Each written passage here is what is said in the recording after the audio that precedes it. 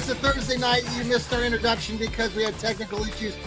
Well, you had technical issues. I had technical issues. No, I heard it. It just kept spinning and spinning. But we're here. We're live. Thank you so much, everybody, for watching today. We've been hearing and seeing all sorts of wild and crazy things here with the Brownies, including the headline tonight. Kirk Cousins, a quarterback of Atlanta Falcons, currently was in Cleveland, supposedly.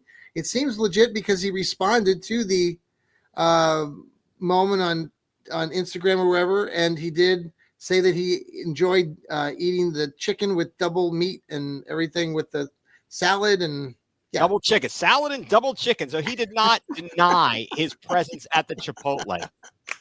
Correct.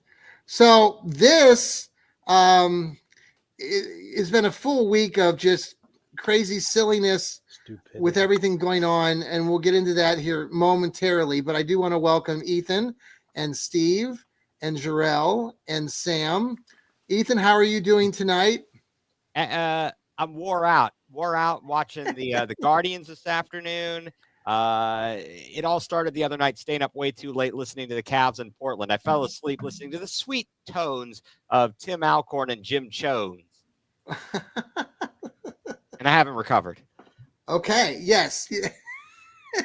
Yeah, I saw your comments earlier in the week about spending a lot of time late at night, and yeah. So, but I'm glad you had a good show last night with Heather with the Best Doggone podcast in the land. Thank you, sir. Yep, Steve Gill, who does the Dog Pound South podcast on Sundays. He's with us. He's in the midst of tax season as he's a accountant. Winding down. Remember, how are you doing? 2 weeks from this next Tuesday, April 15th. Either file your taxes or get an extension. But remember, extension is only an extension to file, not to pay. If you owe, you're gonna get penalized and have interest. So it's great here in Nashville. Beautiful day. Everything's blooming. All the plants in the yard are coming up. My wife's hostas are popping up. Oh. Her pink azalea's got flowers. Her flame azalea's got buds. The dogwood in our backyard's getting ready to explode. My red buckeye is getting ready to explode. Everything's going great. Oh, that's good. Good to hear. Jarrell, man, Flynn, we'll how are another you? Freeze. And another freeze. Jarrell also in Nashville where everything's blooming. Mm-hmm. It was a nice day. It was nice. It was like 65, 70. A great day. Not too hot, not too cold. It was perfect. Excellent. And then we have Sam, who's down in Dallas, Texas. There was some news that included the Browns down in Dallas. We'll get into that momentarily. Sam, how are you doing on this Thursday evening? Fine. It's been good weather here. But yeah, a little disappointed with my Rangers. They didn't get it done here on opening day. Uh-oh. But, yeah, I'm just hanging in there, just watching the funny season play out as everyone goes everywhere all at once, but no one actually does anything. So just looking forward to the draft too. We've got 3 weeks, 4 weeks? Is that? I think it was 4 weeks from yesterday. Okay, so we're really close to the draft. I don't even know what day of the week it is. 4 weeks from today, I think. Not doing much. Well, I appreciate you guys all being here. We are the Fanatical Elfz Network, part of Fans First Sports Network, and we're in the off season. But as a Browns fan, there's never an off season, and right now it's really the silly season.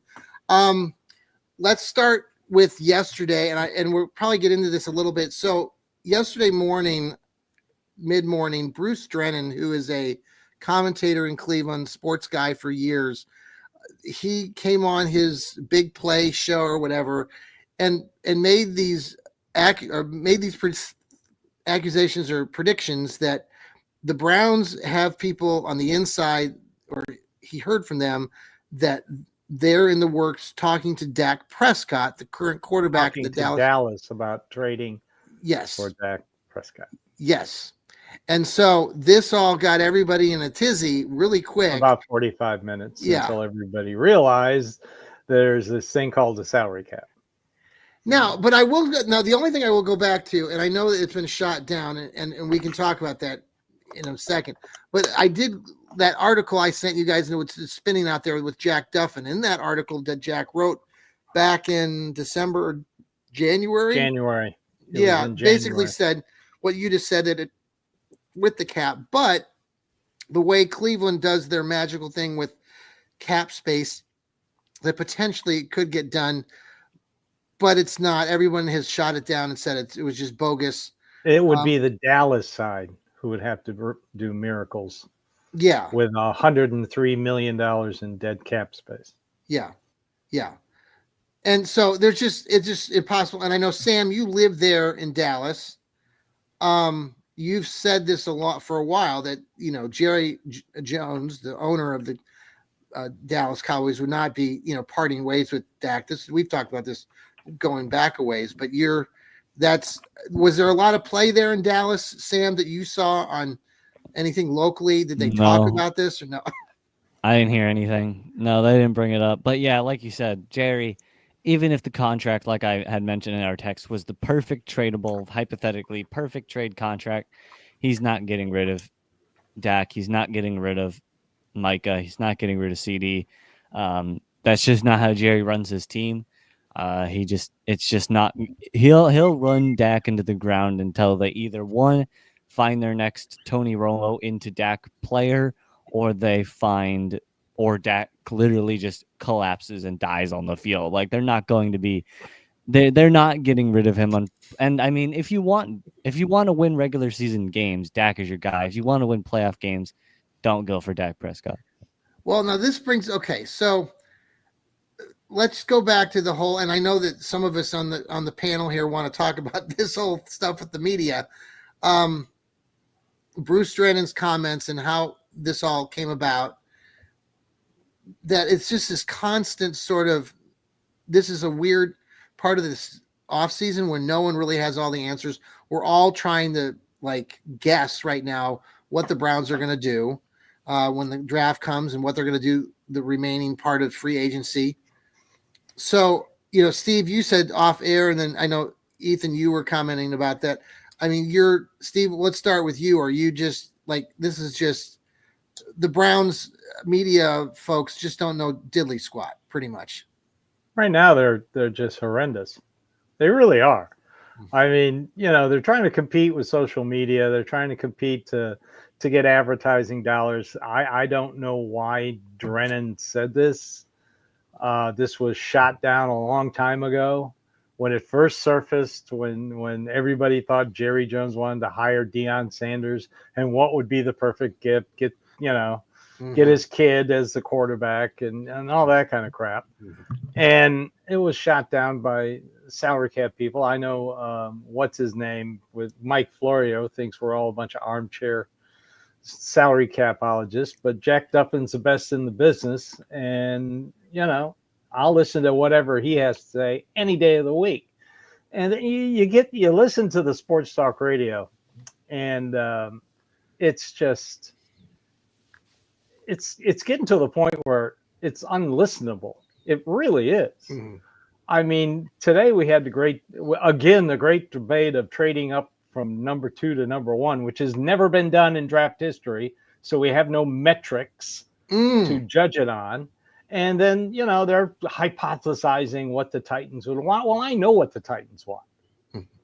The Titans want 2 first-round draft picks, maybe multiple first-round draft picks. Mm-hmm. What have you heard? I heard they asked for the Giants first this year and their next 2 first. Now, does that sound like a team that really, really wants to trade out of number 1? A 2-1 or a 3-1? No, it doesn't. I don't know what the Titans are up to. Their front office has spent the entire week firing people that had nothing to do with the product on the field. They fired their PR guy for some reason. They fired the guy who who organizes the cleanup for the stadium. They fired media people this week. Boy, those people must have been really important, because that's the reason they only won 3 games. I mean, I should tell my son to look for a job then with the Tennessee Titans. He's looking to get yeah, into the NFL. they're hiring. So I'll tell I you might that. I might reach out to Alec after the show's over here. That is Posh, thanks for the that question. front- I know that- we're in the midst of talking about Bruce Drennan's Yeah. comments yesterday. Yeah. Yeah, that front office down there, they're just a joke. Ethan, let's go with you.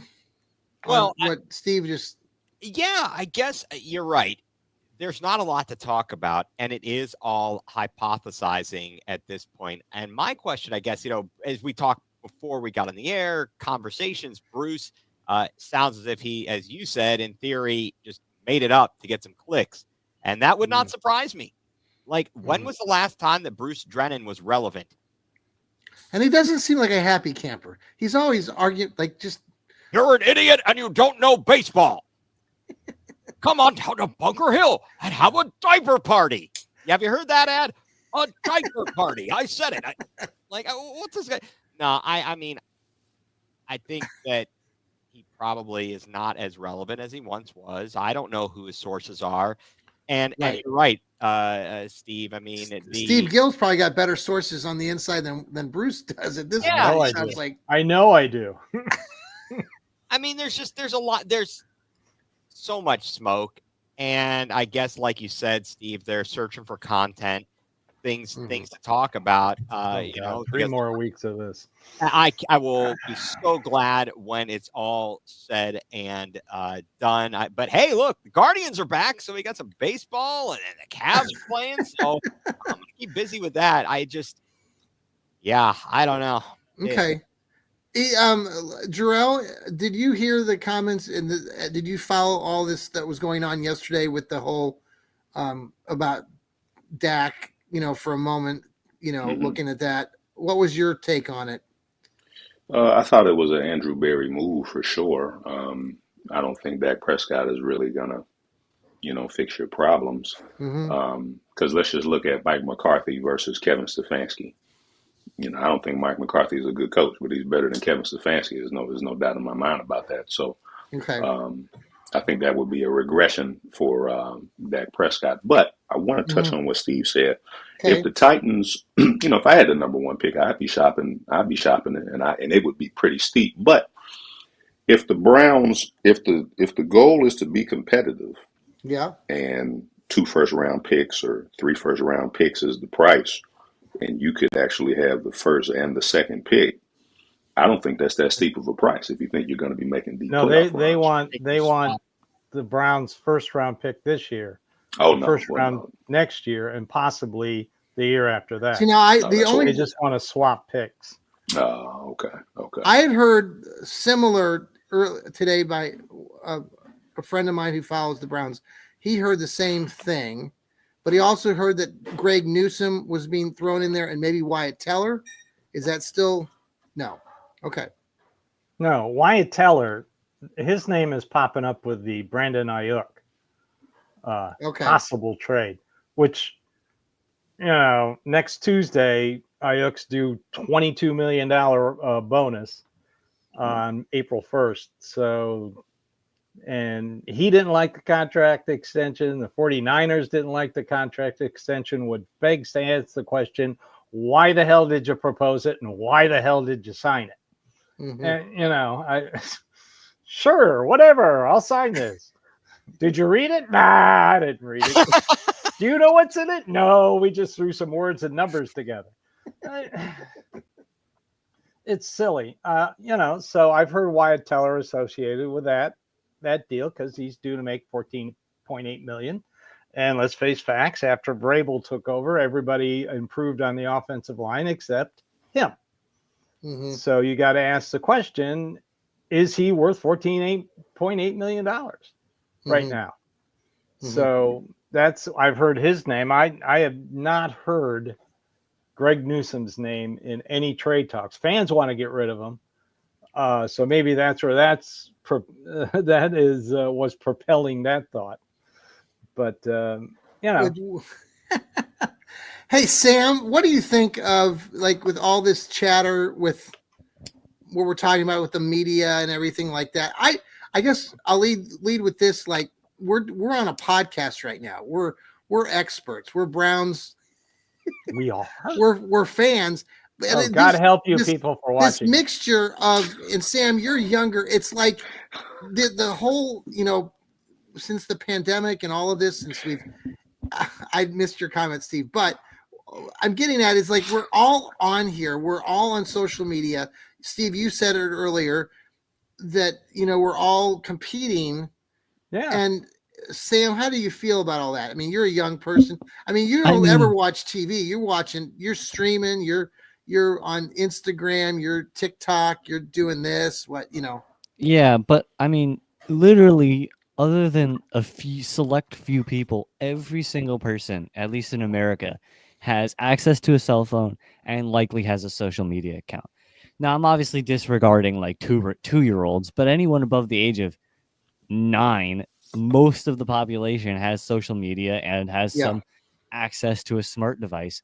Yeah. And so just getting rid of anyone under 18, there's still like a vast majority of people who are on social media. Everyone has their own opinion. And when you get to like media, like companies and stuff, like actual groups of people, you want to say everything and say nothing at the same time. You want every single thing to go out because every time someone likes, every time someone clicks, the algorithm recognizes that and will feed you to more people, so you'll grow more. So you want to say everything while saying nothing at the same time, and just you see any rumor, just put it out there because every click you get, every like you get, if you're on a website where you're getting paid for advertisement views, it all comes down to money, really. And so everyone will say everything because they want clicks, they want views, they want that ad revenue. And for individuals, again, everyone has social media, so everyone will have an opinion on something. They'll have their takes. They'll have it comes down to money and the fact that there's so many people to have so many opinions. Shout out to Hemisphere Coffee Roasters. Check out our X page, advertising. Get that out there. So support us, Hemisphere Coffee Roasters. Sam, no, that's great. I totally agree with you. I was going along with what you were just saying. We're pushing products now. Of course we are. Yes. All right. So you see the headline again. So speaking of social media and everything, like Sam, we mentioned this at the beginning of the show, but Kirk Cousins was legitimately, I guess, here in Cleveland at a Chipotle or eating, and he commented on it. So it's instant reaction. And you go to the main, like you go to the internet, you type in Kirk Cousins now, right? And there are headlines all over the place saying Kirk Cousins lights a fire, a buzz amongst Browns fans. Is he, people are just taking anything and then they make it super, like these are major headlines on the internet now. It took like 45 minutes, but all right, let's talk about Kirk Cousins though for a minute, because Kirk Cousins is somebody that we've talked about. A lot of people have talked about him making his way here to Cleveland because of his connection with Stefanski and all of this going way back. I know Jarrell is shaking his head. Now, I did go back and I looked at the stats, and I'm sure some of you guys have looked at the stats of Kirk Cousins. He played at Washington, and then he had 6 years in Minnesota, and now he's been in Atlanta, and he's had mild success. He's had 5 winning seasons, 2 or 3 500 seasons. I like the guy. I think he's a really good dude. He's from Michigan, grew up in Holland area where I went to college at Hope College. So there's some background there. He comes back to that area quite a bit. I know my son works up there in Grand Rapids and has talked about how he will come by that area and be on TV, local TV and stuff like that. So he still has family back there. So I would love, I know that Kirk Cousins is older and everything, but I think that he would be a nice addition to this team, is my opinion. He's 30. I think he's 37. I know. By the way, old. Flacco is 40. Let's just get that out there right now. It wasn't like he did awful, and I know some of you will say that he was pretty bad, but I know, Jarrell, let's start with you. Yeah, this is a bad idea. It's a horrible idea. You might as well just call Jacoby Brissett back. Call Case Keenum back. I don't understand, Kevin Stefanski, and they always talk about, well, if anybody can make it work, it's Kevin Stefanski, and blah, blah, blah. Again, the stats don't prove that. Yeah. The stats don't prove that. If your running game is good, I believe that's because of your offensive line and because of your running back. That has nothing to do with the guy calling the plays. So when they had a top 2 and 3 running game, that was because of Nick Chubb and the offensive line. So if you got an offensive line and a running back that can do that, doesn't that help your passing game? Well, he's never had y'all know the stats. He's never been higher than 19th. So I don't understand why you try to go get a retread quarterback. Kirk Cousins was a solid QB in this league, but it's over. Unfortunately, his time is over. So if you're going to roll him out with the impression that you're going to get 10 games out of him, you're going to start 2 and whatever again. So I think it's just stupid. Okay. I don't agree. I mean, I think that we still got a little bit. We can get a little bit out of Kirk Cousins. And how many games? How many wins? How many wins? More than this year for sure. I mean, I'm not going to give you a prediction right now. I'd rather see if he's going to. Let's talk. How many division games? How many division games? Give me that. It's March. We haven't even had the draft yet. Free agency's not even over. But okay, we don't even know. The other thing, I guess my question back would be like with the offensive line and the running game. But isn't that can we not give credits to Stefanski for that if it's his offense? I mean, No. I know no. Why? He's calling the running plays. I mean, isn't that Stefanski? Like if I'm standing next to the coach on the sideline, now I'm talking going back to middle school football, but you know, the head coach, he's okay. I'm part of I'm the defensive coordinator. He's the head coach. Ultimately, okay, I'm calling, you know, plays this or that, or I have an offensive line coach like we've had in Cleveland. Off the field when they're, you know, in practices and stuff, Stefanski's got a hand in all that. I mean, if you want to say he has a hand in the concepts and all of that, sure, I agree with that. But if I got prime Nick Chubb or prime Derrick Henry or prime Saquon, if I call a draw, a trap, a power, it doesn't matter. You're handing the ball off to a top 3 back. They're going to get the yard. So that's, to me, that's irrelevant, right? I'm talking about. But even picking the play and the players themselves, you know, bringing them in. Okay. So it's kind of like basketball. You can draw a play up for LeBron James, or you can draw a play up for, I don't know, who's the 7th man on the Cleveland Cavaliers?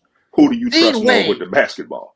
That's what I'm saying. The running back position is sort of like that because we've seen it this year with your Jerome Fords, with your Dante Foreman, who really didn't get any touches. Like, how did the running game look this season? Didn't look that good. That was in a completely different scheme. So we're going to go back to the other. Yeah. And they started the season with tackle number 5 and 6 on the offensive line. If Nick Chubb never got hurt, 5 and 6 would y'all be saying on the practice squad? I understand that. So you're saying tackle. Okay. So you're suggesting that if we started out with the 5 or 6 tackles, like Steve is saying, that if Nick Chubb were there, which he wasn't, it's, you know, but he never got hurt. You're saying if he never got hurt, then would we be having the same conversation? You wouldn't even be saying that. You wouldn't even be saying that because Nick Chubb would make them look good. I think we've talked about that a little bit. That I think Steve and I have talked about it, at least on the show. And I don't know about you, Ethan, but Sam, like, I think that is true to some degree that, you know, Nick Chubb was a special back and made, you know, the offensive line and different things look better. And I tend to side with you on that. That's all I'm saying. That's all I'm saying.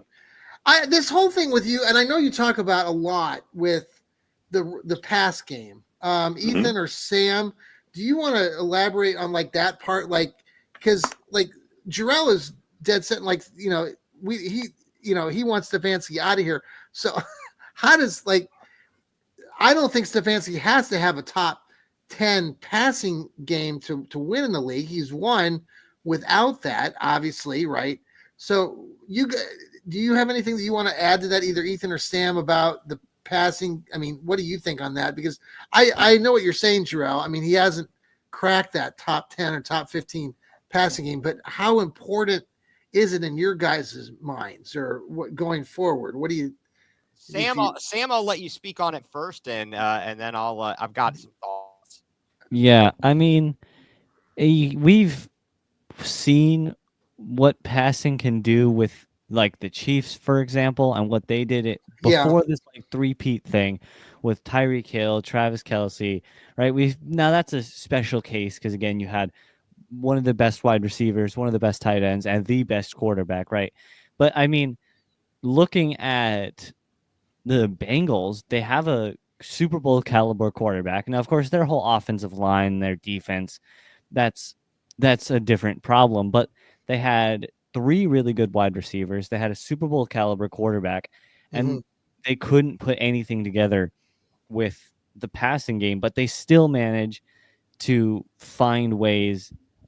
Well, I think I'm making the wrong point. What I'm trying to say is yes, passing is very important, but I think you can still win in the NFL without an incredible passing game because if you have a great defense, you can still perform like what the Eagles did. If you have a great running game, you can still perform. But I think passing is still so important that if you can't crack top 10, maybe top 15, you're going to struggle in getting past the playoffs. I just want to interject just a little bit right before I let Ethan say something here.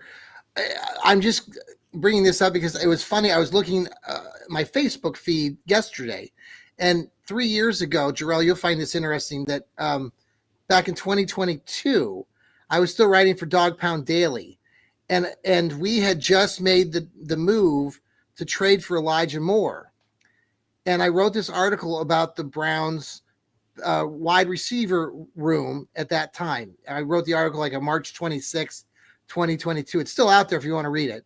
But I talked about Elijah Moore and the other wide receivers and what the room would look like, and then potentially some other draft candidates that the Browns were looking because they gave up their second round pick. I think at the time they got back like pick number 74. Anyhow, at the end of the article, I talked about how the Browns looked like they were switching gears and going to a more pass happy time in they're kind of walking away from the run game in essence. So because there was a lot of talk 2 or 3 years ago about how you weren't going to need a run game. It's all pass happy and the fans will be that's what they want to see. This is what the NFL is all about. So I just saw that and I thought of what we're talking about right here. I thought it was a little bit relevant to obviously things have happened to the Browns, specifically Nick Chubb, but Ethan? Right. So all I was wondering or was thinking about as we were talking in terms of what, Jarrell, you mentioned what Nick Chubb and the offensive line brought to the team and how with him they look great and everything. All right, well, let me ask this. So, or two points here. One is, how often were guys in the years that Stefanski's been here schemed open, but the quarterback couldn't get him the damn ball? Second You're saying of all, the passing game? Yeah. Second of all, oh, okay. Then if you want to talk, we didn't have Nick Chubb when a season ago, not this past season, the year before, when Joe Flacco comes in and starts chucking it all over the field. There's guys open. He's making the throws. So I guess from that perspective, the offense worked even without Nick Chubb, and it was the old, the Stefanski style offense. So that's my question, because I know what you're saying. You're talking about how Nick Chubb makes him look so much better, but he wasn't there. Well, I got two points to that, and actually Sam's point. So Sam was kind of getting at what I was talking about. Okay. You can win without a potent passing attack, Sure. but your run attack has to be tremendous, top 5, right? If your run game is going to take a step back, then your passing game is going to have to handle the load. Now, you brought up 2 points. The first point, how many times have we seen guys schemed open and the quarterback can't get them the ball? I've seen it a bunch of times. I saw it with any of the quarterbacks that you want to name. Right. The reason that I think Stefanski is not a good coach is that at some point during the game or during the practices, I have to imagine he's not hitting them in practice. Because if you're hitting them in practice, you're going to hit them in the game. That's all they do.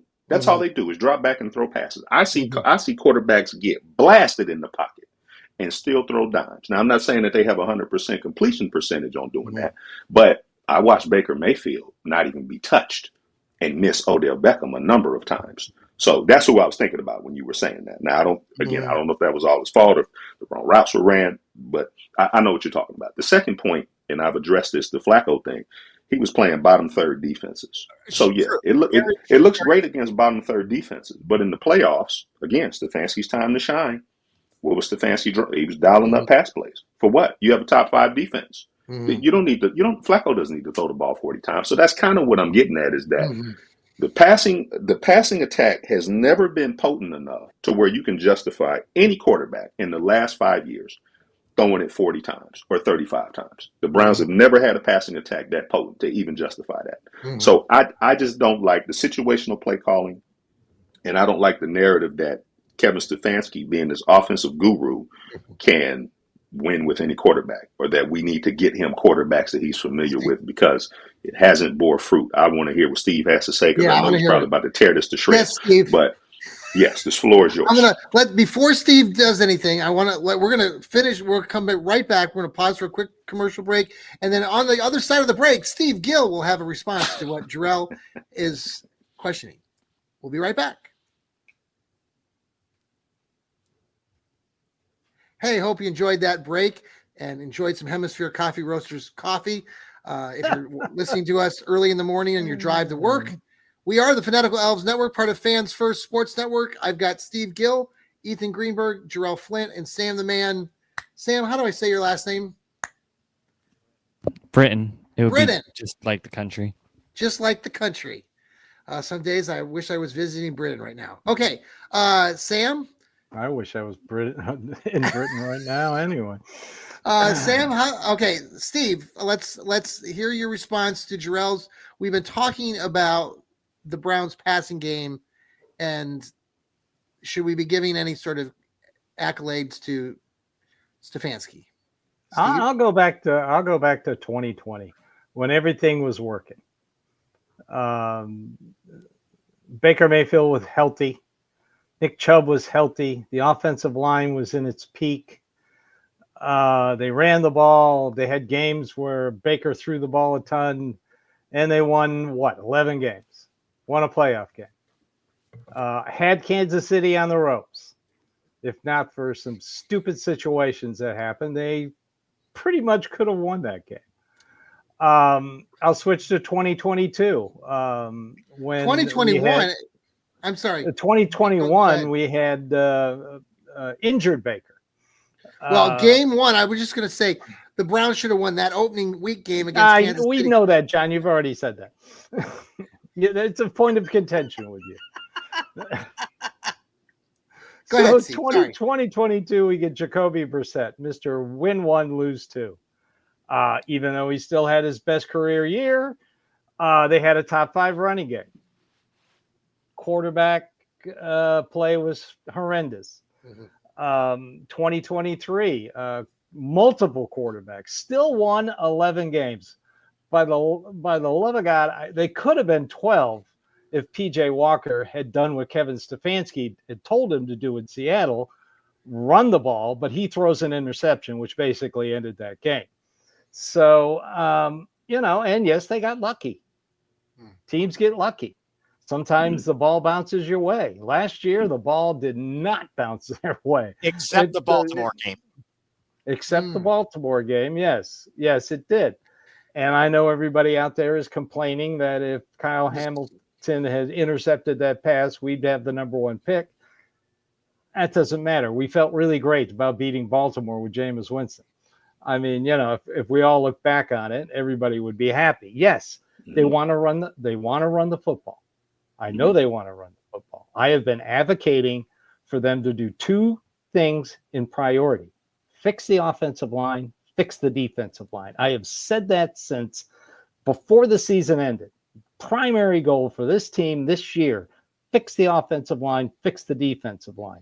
Nick Chubb is not the player he used to be, and he will never be the player he used to be. Would it be nice to re-sign him to $2.33 million contract, 1-year deal with a bunch of incentives? Yeah, it makes the fans feel better. I've also said you draft 2 running backs in this draft. You get your bell cow and you get somebody to compete with Jerome Ford. Boom. Are you worried, Steve? This team, if they fix the defense, and they've already started doing that, and you get your offensive line in sync and get that running game going, this team could make the playoffs with the 16th, for sure, 14th to 16th ranked quarterback. Okay. They can May I make interject? playoffs. May I interject? Now, this is for Steve. This is for Ethan. This is really for all y'all. Okay, because you brought up these years. Tell me if any, which any of those years the offense was potent, and then that's to piggyback off the point that you just made. Fixing the offensive line, fixing the defensive line. Well, there were games in 2020 where the offense was very potent. I remember the run game. I remember Baker Mayfield throwing for 4 touchdowns in a half because, well, here in Tennessee, because they wanted to take Nick Chubb away, and Kevin Stefanski knew that they were going to try to take Nick Chubb away.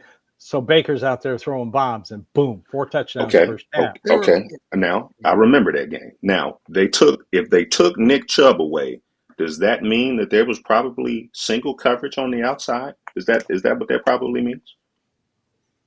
That there was actual windows to throw to because there were 8 and 9 men in the box? Well, and Tennessee's defense sucked, but their secondary sucked. It's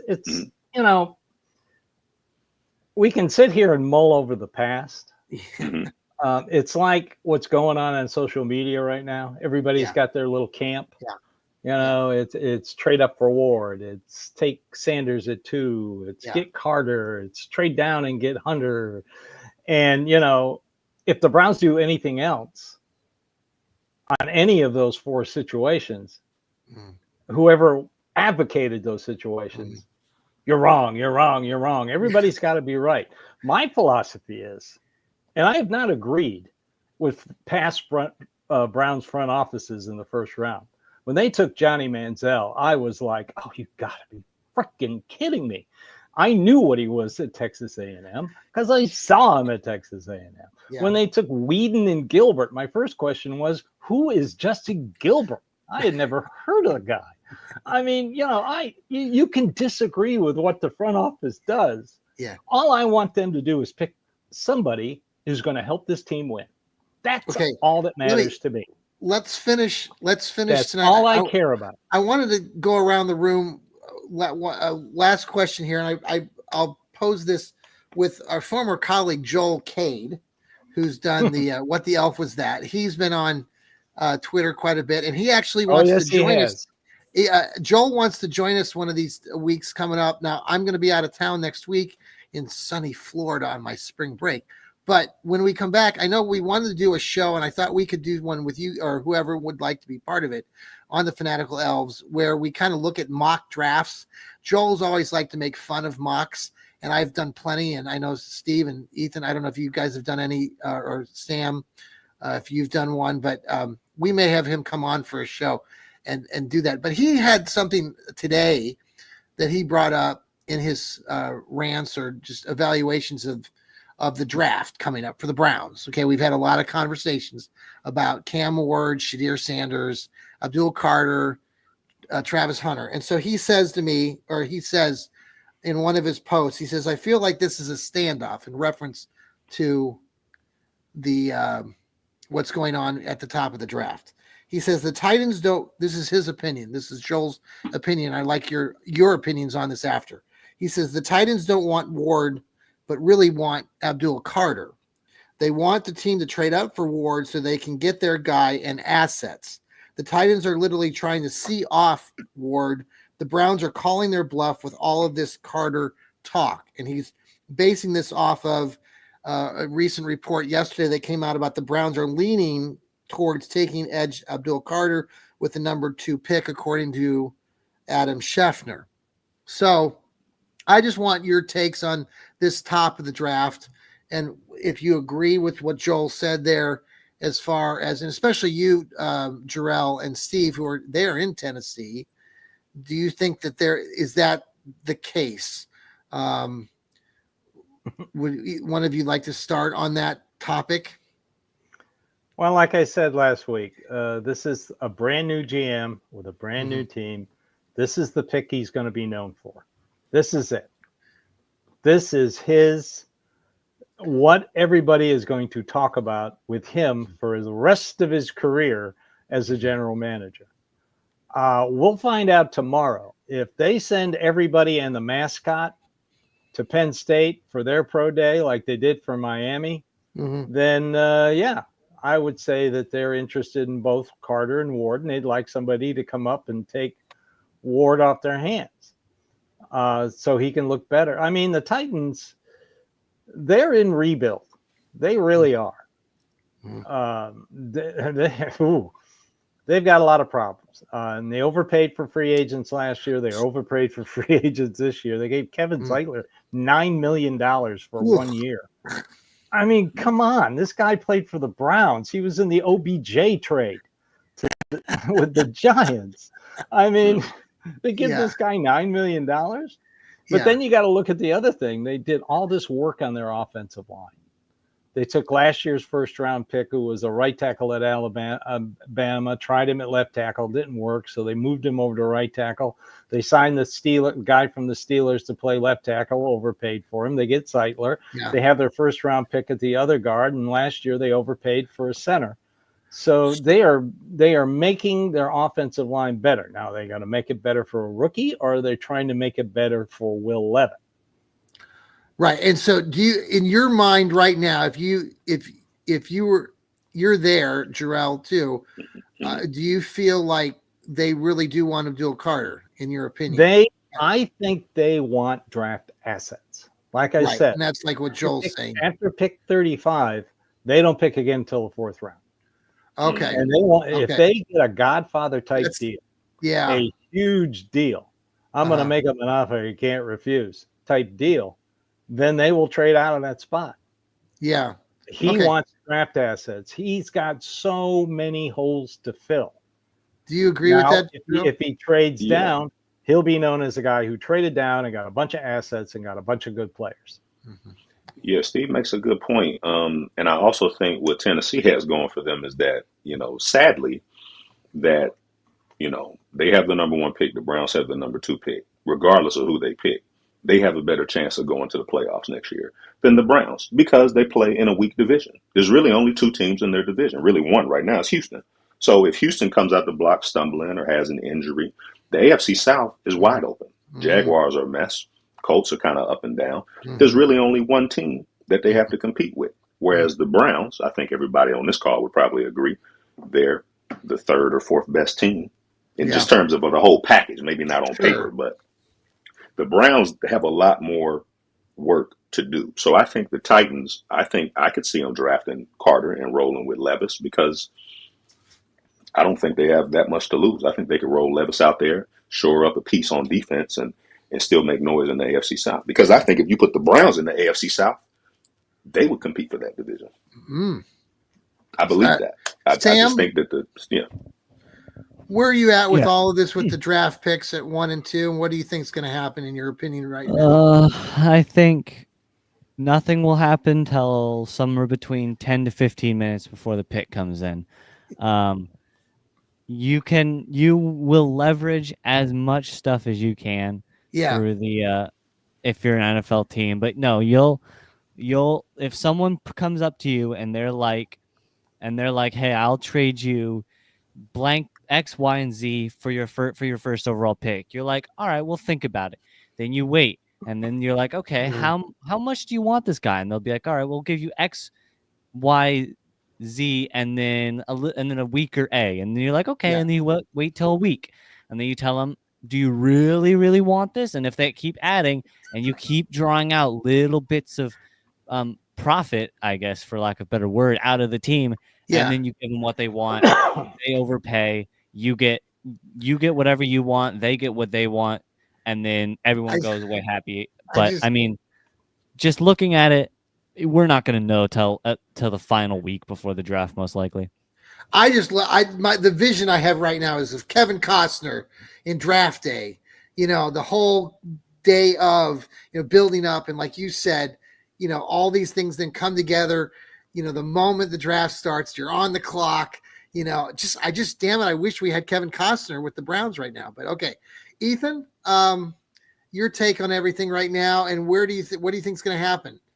All right, so Steve, you talked about the pro day at Penn State. Carter's not going to do squat. He's recovering from a shoulder injury. Yeah, that's true. What are they going to get out of that? I don't know. I mean, they could go to see Warren too. So I'm not sure, but you're probably right. I think what you're saying is right. Maybe they're thinking, look, we'll just take Carter. We're going to stink. We'll get, we'll be up here at the top. What else do we have to lose right now? And they want Titans to come up. Titans. Cleveland. Titans. The They want somebody. Yeah. They want somebody to come up and trade. But then the Giants go and they sign Russell Wilson because maybe, and that's the other thing. Maybe they know. Well, that's what I've been saying. They're taking these quarterbacks 1 and 2. We're not getting either of them, so we better get somebody. I believe you. I think that's and of course the Journey concert, the pre-draft party. But I digress. Okay. Yeah. So I don't know. In my humble nitwitting opinion here, I'd love to see the Browns get a quarterback. I do not want Abdul Carter. I do not want Travis Hunter. I want a quarterback.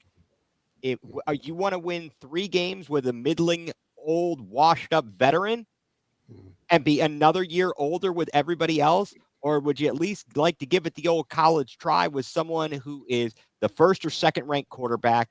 You may miss on that, but I'd rather miss and go down swinging. I mean, the Watson thing has been an absolute horrific disaster, but they went down swinging. It went up in flames. Give me a quarterback who has potential. I think that either Ward or Sanders gives you good potential, and Jarrell. I mean, the proof will be in the pudding if Stefanski can do anything to design the offense, and if his staff can create the right environment to grow a quarterback, because certainly they have not done well at working with guys, and it's kind of bad. But thanks, Ethan. I was going to ask if anybody saw, and Steve, I thought maybe you might have seen this with Nathan Zagura, the interview that he did with Myles Garrett.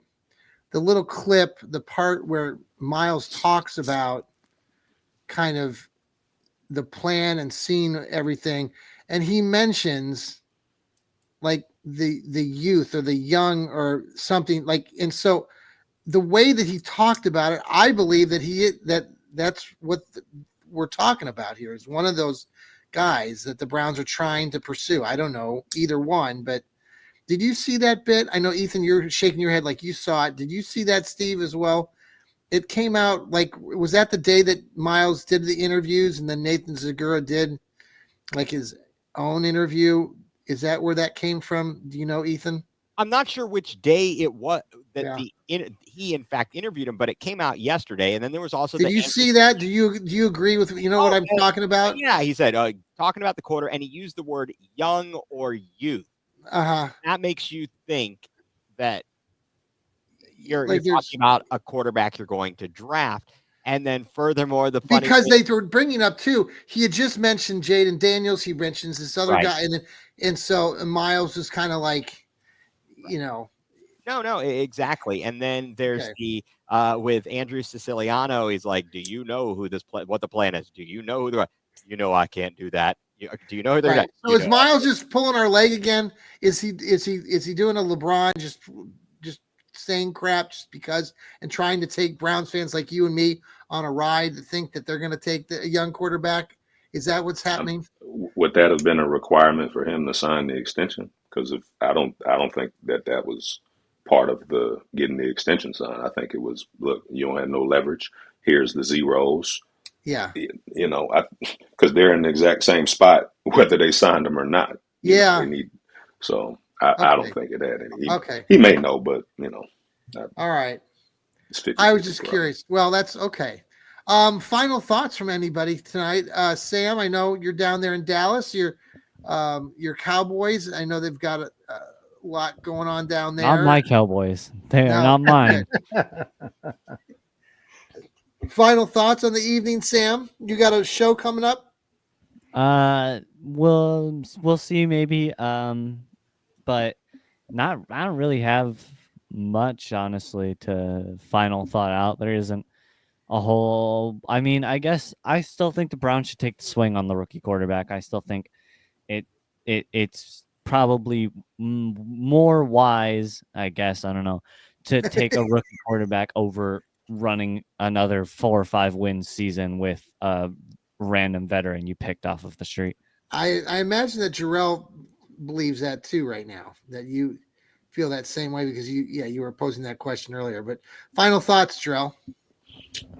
I think for the next 6 months, you can just start calling me the fanatical realist because I don't. It doesn't matter I to thought me. that was Steve's title. Wait, that Could be. Can I be the co-realist?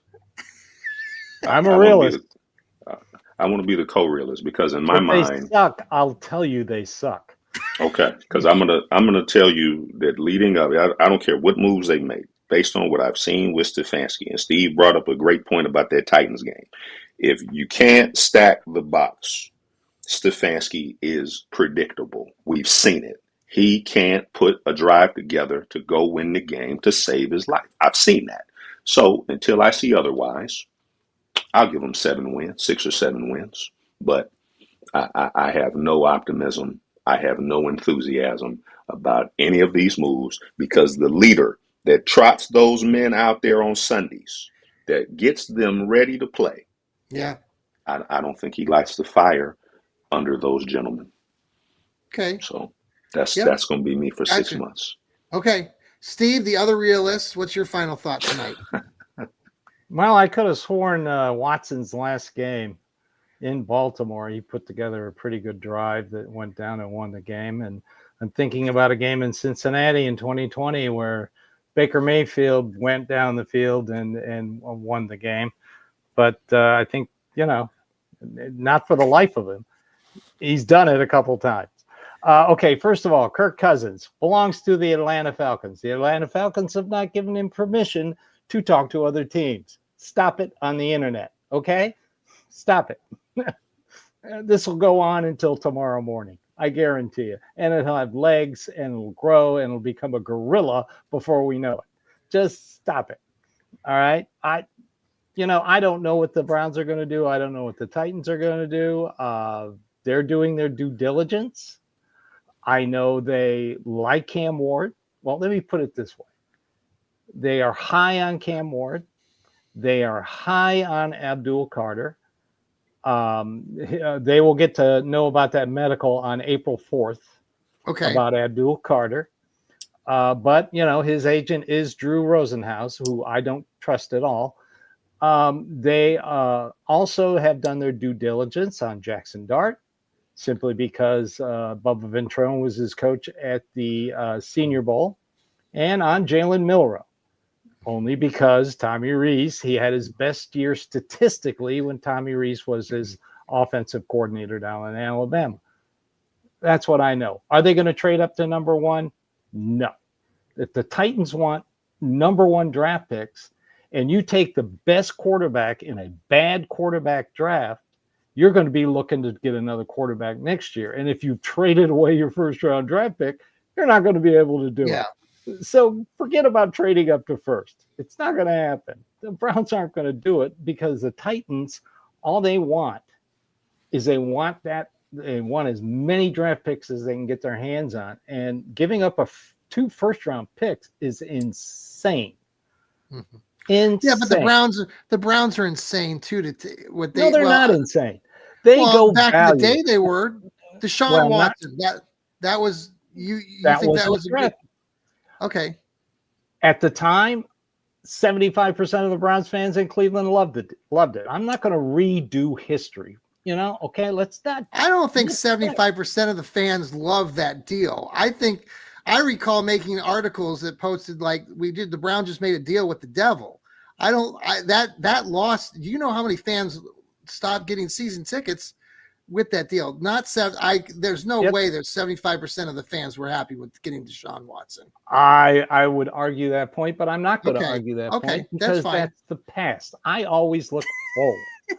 I mean, you guys could dwell on the past all you want to. You are not going to reach my age if you keep dwelling Darn on it. the past. You're going to gnash your teeth. You're going to have a heart attack and high blood pressure. Let it go. Look Okay. forward. If they make a Let it mistake, you go. correct the mistake. If you make a mistake, correct the mistake. Make sure you don't make the mistake again and move on. That's my philosophy. That's Okay. my philosophy because I deal in the realism of people's financial tax returns. That's If true. I make a mistake, it's on me. I don't charge for it. I make sure I don't do it again, and I move on and do better next That's time. a good baseline That's to me. have too when you're dealing Well, with. that's my life. That's So, true. and that's the way I feel about sports. Okay, very good. Ethan.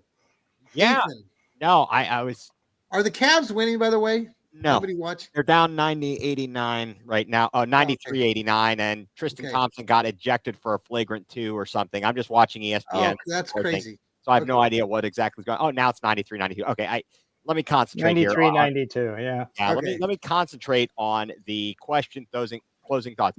So to your point, Steve, about the Falcons not giving permission to Kirk Cousins, Darryl Ryder came out and pooped in everybody's Cheerios already and said the same thing. Good. So that should have killed that one. Well, it won't. Well, there'll be at least a discussion. What was he doing there? Why was he down? And maybe he's talking about to Bill Cowher in Strongsville or something. And I don't know. But now I have no idea what they're going to do. I will be glad when April 24th and the draft starts and the second pick and the Browns are on the clock and they make a pick or whatever they do. Just let's get her done. Yes. Nothing would make me happier. Thank you for the make lively the team better. That's all I'm asking. boys. Thank you for the lovely conversation tonight. And these guys do a great job here at the Fanatical Elfz Network. Please listen to all of their podcasts. We're branching out. We've got new shows left and right, and several of these guys do writing too for various periodicals, including Fans First, and I think Cleveland Sports Talk. I think Sam writes for them. So thank you again for being here, everybody. We'll provide you more coverage on the Browns leading up to this draft, which is April 24th. Lots of more speculation to go. Silly season will continue. We look forward to talking to you next week. I will be down in Florida, but we will still have a show. But I will be coming from a secret location in Florida. Take care, everybody. Go Brownies. Let's go Browns. Browns. Here we go, Brownies. Here we go.